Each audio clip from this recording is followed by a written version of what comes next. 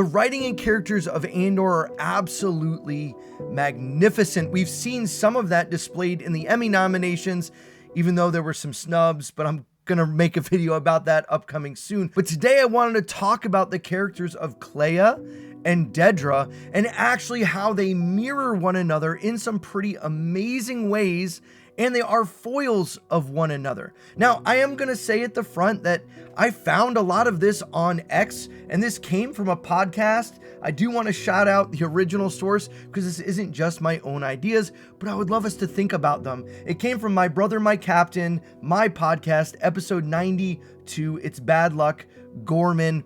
And so I want to just walk through this, stick with it all the way to the end, because I think you're really going to enjoy it. With all that out of the way, make sure you hit that like button and let's get started. Here it is from Outward Salad. And again, coming from that podcast, I'll link it all down below if you want to take a look at it. But it says both Klea and Dedra are orphans. They had their families and innocence ripped away from them as children at the hands of the Empire, or if we want to be more specific, taking into consideration Dedra's age, at the ends of a government that rules via violence and repression. Klea's family and people are massacred as she is raised by one of the men responsible for said massacre, i.e. Luthen. Dedra's parents are arrested and she is raised in a kinderblock, an apparatus that works in tandem with one that took away her family from her. Dedra is 3. At such a tender age, she has no recollection of her prior life, which means she completely interiorizes the Empire's values she's exposed to. Klea is 11 to 12, old enough to remember exactly what was taken from her, to know it was an atrocity, and to hate who did it. And I think this is part of the reason why I love the episode that they did the flashbacks in of Klea and Luthen, because giving this backstory to these characters really enlivened and enriched all of everything going on. Sometimes backstories and flashbacks, I don't think do a good job of that, but in this case, it did. Let's keep going. And so, Dedra has no sense of self outside the system. Now, I had to look up this word because I'm not smart enough to know what this word means. And it is basically a word that I'm going to say like whitewashed, cleansed, took away the bacteria, left it completely, and maybe I'm wrong, and you can tell me what it actually means in the comments. I'm not even going to try to pronounce it because I know I can't. She becomes the Empire. Its rules and structure are home to her. She finds affirmation in becoming the oppressive force that tears families apart, so she dedicates her life to enforcing that chokehold. I'm going to push back just gently here. I don't know that she finds affirmation being the oppressive force that tears families apart. I think she's literally just serving the Empire and believes that the best way, because she's been told this and believes this and has been brainwashed to believe this, that the best way for existence is through the oppression or the structure of the Empire. I think we see a different side of her that comes to life when she starts to realize what she's really doing. Klea too was shaped by what was done to her, but she becomes the cause. Her life is in service to freeing the galaxy from evil that took everything from her, of making sure no one else will ever have to experience what she did, and most importantly, it's her own choice. The Empire wants the homogenization of its subjects, and Dedra embodies the Empire. This is true. But here is the hypocrisy and brilliance of her character. She is selfish, she is ambitious, ignores orders to seek personal glory within the system she exists in. She wants to emerge as Dedra.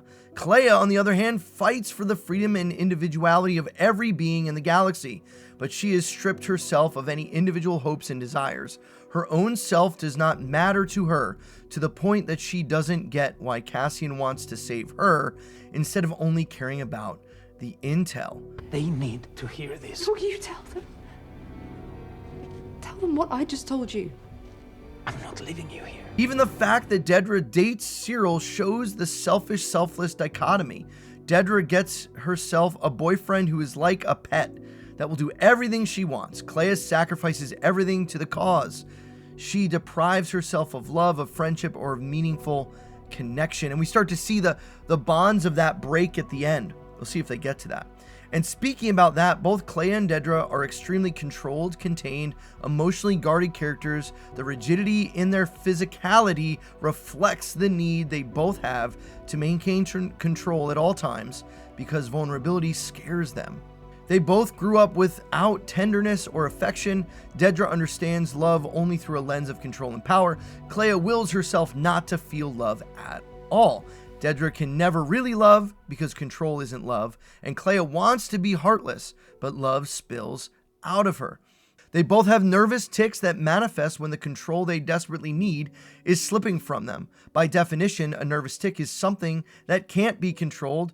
This crack in their armor reveals itself literally through a betrayal by their bodies. Dedra in particular literally needs the dark to be vulnerable. She needs Cyril to turn out the lights, even to have sex. She lets herself sob in Narkino only after the lights go off. Everything that reminds her that she is human is something to hide, to be ashamed of. I like that last line. Everything, like, she just needs to be this cold, ruthless, and she even has to be that more so because she's a woman in this playground of the Empire that really doesn't promote those who don't fit the norm, if you know what I mean. Both have a mentor in Luthen and Partagaz. Dedra spends years trying to impress Partagaz, only for him to cast her aside. Klea wants to hate Luthen, refuses to consider him a father, yet gives up his life to save her. One is a bond of opportunism, the other is a bond of love. And that's what made that episode where Klea has to kill Luthen so powerful, because of the backstory that she wanted to hate him. She didn't want anything to do with him, but in the end, he was the one that she truly did care about. This is where it shows why they're such perfect mirrors as villain and hero. Dedra spends her whole life in service to a system that rejects and spits her out. Klea is ready to be tossed aside, but instead offered love and kindness, and she is reminded that her life matters. This show is so intentional when it comes to its transitions. In the final montage of the show, Dedra and Klea's ends are shown back to back, and I don't think it's a coincidence at all. Dedra ends up in prison because of a chain reaction that started with her inability to let go of Axis. She disregarded all protocol in her obsession to catch him, and once she found Luthen, her arrogance led her to face him. She needed him to know she beat him, except she didn't. Because Luthen wasn't Axis, or at the very least, it wasn't just him, Klea is the Axis Dedra never found. The one she never even knew existed until it was too late. In her hubris, she let the most important piece slip through her fingers. She destroyed her life for nothing. Look at the final scenes. Klea steps into the sunrise, sees the community she doesn't quite feel part of, but that she helped create, a community that welcomes her, and she smiles. Dedra, alone, forgotten in the dark, is consumed by misery and despair. They both essentially started out in a box, Klea in the metal compartment on Luthen's ship, Dedra in the Kinder block. Klea ends her journey out in the open, surrounded by light and life. Dedra ends her journey back where she started, in a sterile, lifeless box. Dedra's ultimate personal defeat wasn't the leak of the Death Star information. That's a defeat for the Empire. Dedra's goal was to win against Axis, and she doesn't. She loses because Klea gets to live.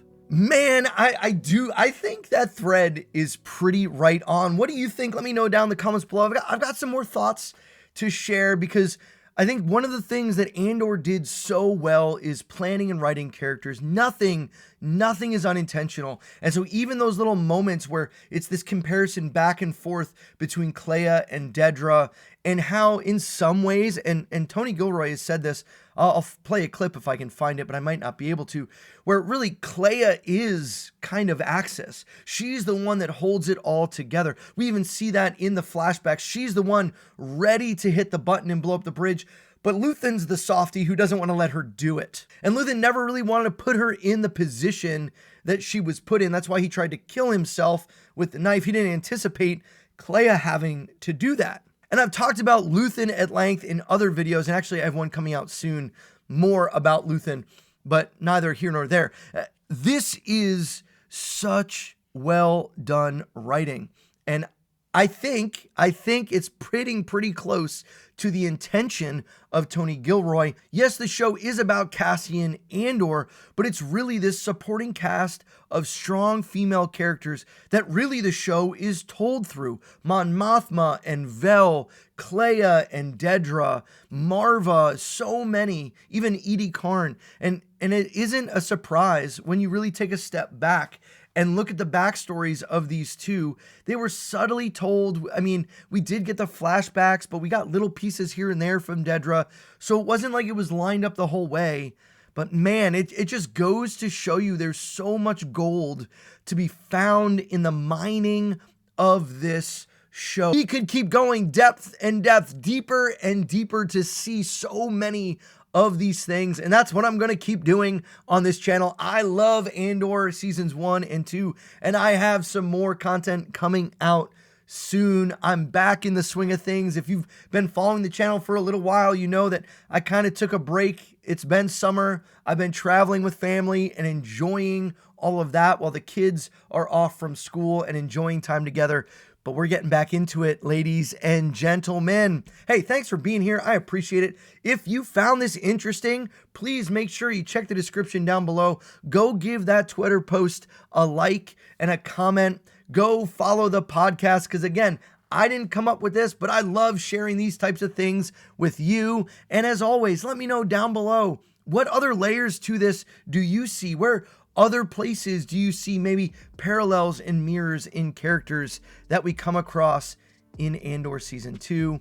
Guys, thanks for being here. Remember,